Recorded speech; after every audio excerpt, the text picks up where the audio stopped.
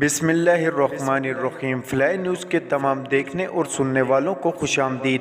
اگر آپ ہمارے چینل پر نئے ہیں تو سب سے پہلے چینل کو سبسکرائب کر دیں اور بیل آئیکن کو پریس کر دیں اور ہماری ویڈیو کو پورا دیکھیں تاکہ دنیا کی معلومات سے آپ باخبر رہ سکیں۔ آئے بڑھتے ہیں خبروں کی جانب۔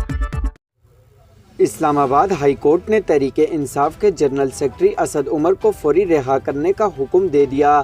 اسد عمر کی جانب سے وکیل بابر اعوان ایڈوکیٹ عدالت میں پیش ہوئے۔ اسلام آباد ہائی کورٹ نے 3PDM کے تحت گرفتاری کالعدم قرار دی ہے۔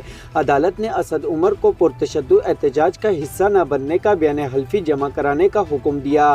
جسٹس گل حسن اورنگزیب کا کہنا ہے کہ بیان حلفی کی خلاف ورزی ہوئی تو اسد عمر سیاسی کیریئر بھول جائیں۔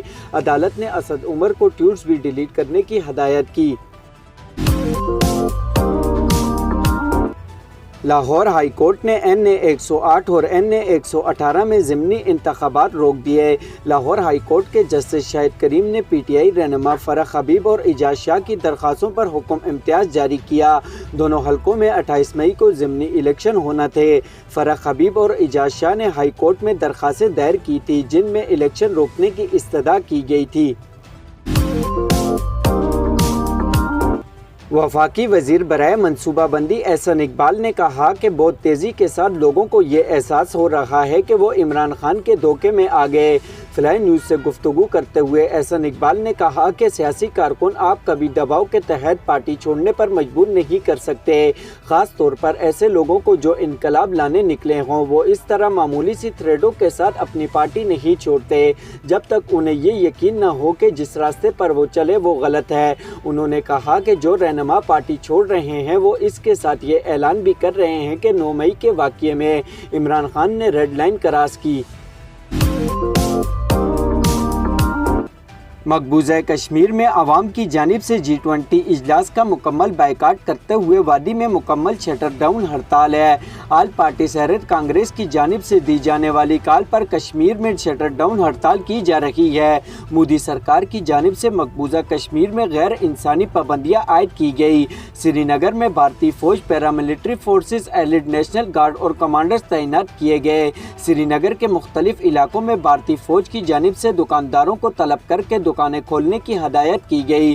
بھارتی فوج اور پولیس کی جانب سے عمل نہ کرنے پر سخت نتائج کی دھمکیاں بھی دی جا رہی ہیں۔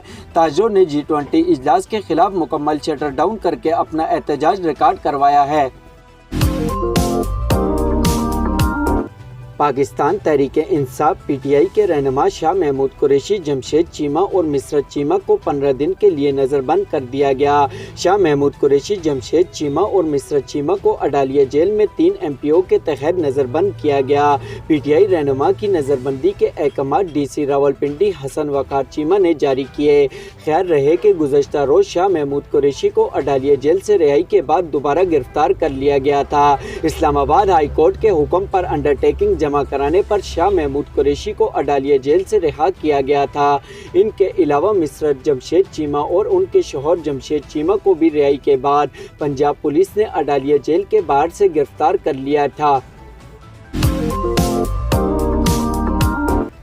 اسلام آباد پولیس کا سابق وفاقی وزیر عمر ایوب کے گھر پر رات گئے چھاپا۔ رپورٹ کے مطابق عمر ایوب گھر پر نہیں ملے۔ پولیس نے عمر ایوب کے ملازمین سے پوچھ گچھ کی۔ اس کے علاوہ PTI رہنما علی نواز اعوان کے گھر پر بھی پولیس نے چھاپا مارا، وہ بھی گھر پر موجود نہیں تھے۔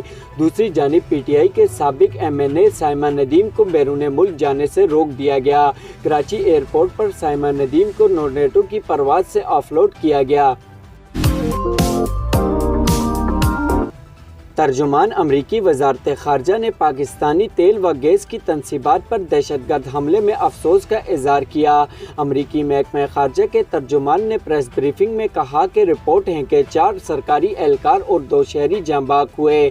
جاں بحق افراد کے خاندان سے تعزیت، زخمیوں کی جلد صحت یابی کی امید ہے، حالات کا جائزہ لے رہے ہیں۔ ترجمان امریکی محکمہ خارجہ نے مزید کہا کہ پہلے بھی کہہ چکے ہیں، پاکستان میں صورتحال مانیٹر کر رہے ہیں، کسی ایک سیاسی امیدوار یا جماعت پر کوئی پوزیشن نہیں۔ جمہوری اقتدار کا نفاذ، آزادی اظہار رائے، قانون کی عملداری کا اطلاق سب پر ہونا چاہیے۔